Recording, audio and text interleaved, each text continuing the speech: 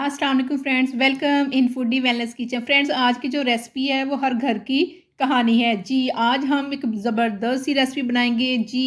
रात के बचे हुए सालन से बनाएंगे ज़बरदस्त सा आलू मटर पुलाव जी। ये मैंने कल हंडिया बनाई थी आलू मटर की, तो कुछ सालन बच गया है, तो मैंने कहा क्यों ना कुछ नया किया जाए जी। इसी सालन के साथ बनाएंगे ज़बरदस्त सा आलू मटर पुलाव। इसके लिए 2 गिलास पानी को मैंने आधे घंटे से भिगो दिया है और अच्छे तरीके से आपने इसको भिगोना है यहाँ तक इसका पानी जो साफ़ हो जाए। फिर एक खूबसूरत कढ़ाई में लेंगे एक मीडियम साइज़ का प्याज, इसको करेंगे फ्राई।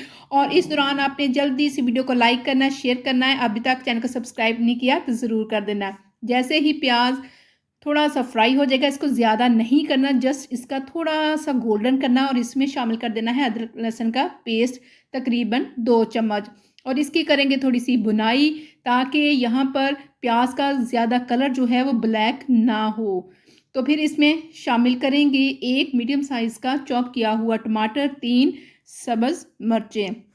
शामिल करने से जैसे ही थोड़ा सा फ्राई करेंगे, टमाटर सॉफ्ट हो जाएगा, तो इसके अंदर गरम मसाला शामिल करेंगे और इसको आपने पहले शामिल नहीं करना, जिसमें है थोड़ा सा धनिया पाउडर, बादियान का फूल, इलायची, यानी सारा गरम मसाला थोड़ी-थोड़ी मकदार में आपने अपने टेस्ट के हिसाब से डाल देना है।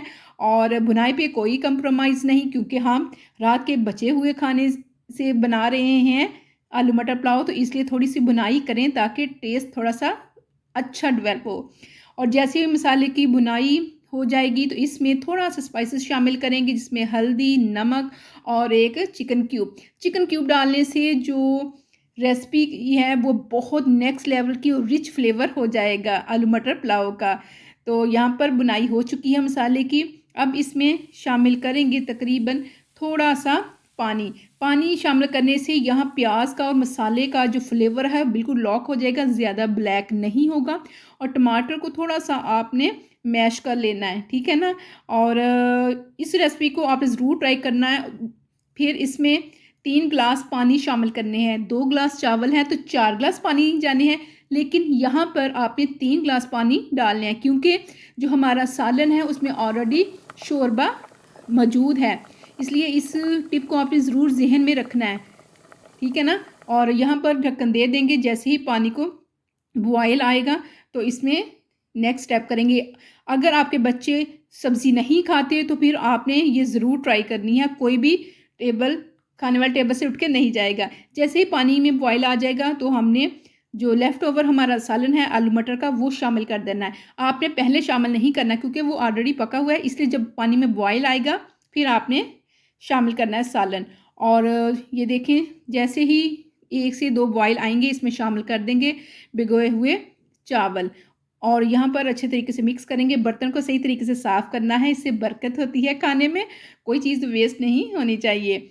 और इसको मिक्स करेंगे। यहाँ पर आपने बहुत ज़्यादा इसमें चम्मच नहीं मारना, ठीक है? नरम हाथों से इसको मिक्सिंग करनी है और फ्लेम जो है आपने मीडियम से थोड़ा हाई कर देना है, क्योंकि चावल जब भी हाई फ्लेम पे थोड़े से पकाए जाते हैं तो वो ज़्यादा अच्छे खिले-खिले बनते हैं। लो फ्लेम पे पकाने से थोड़े से चिपचिपे बनते हैं और खिले-खिले नहीं बनते। और ये देखिए हमारा जो यखनी है बिल्कुल ख़त्म हो चुकी है, अंदर से पानी खुश्क हो चुका है। अब हम इसे देंगे लो फ्लेम पे 3 से 4 मिनट के लिए दम। और माशाल्लाह अल्हम्दुलिल्लाह, ये देखिए हमारे रात के बचे हुए आलू मटर से बन गए हैं आलू मटर पुलाव। वो भी इतने यम्मी टेस्टी कि घर वाले बार-बार से फ़रमाइश करेंगे कि रात वाला सालन डाल के ये रेसिपी ट्राई करनी है आपने, ठीक है ना? और ये देखिए माशाल्लाह बिल्कुल खिले-खिले से बने हुए हैं, कोई नहीं कह सकता कि अलग से इसका मसाला बनाया है या कैसे। आपने इस रेसिपी को ज़रूर ट्राई करना है और कमेंट्स करके बताना है कि आपको कैसी लगी। और अभी तक आप नए हैं, चैनल को सब्सक्राइब नहीं किया तो ज़रूर कर दीजिएगा और हर बाइट में फ्लेवर लीजिएगा इस रेसिपी का। Thank you for watching. अल्लाह हाफ़िज़। Stay with us and don't forget the bell press icon.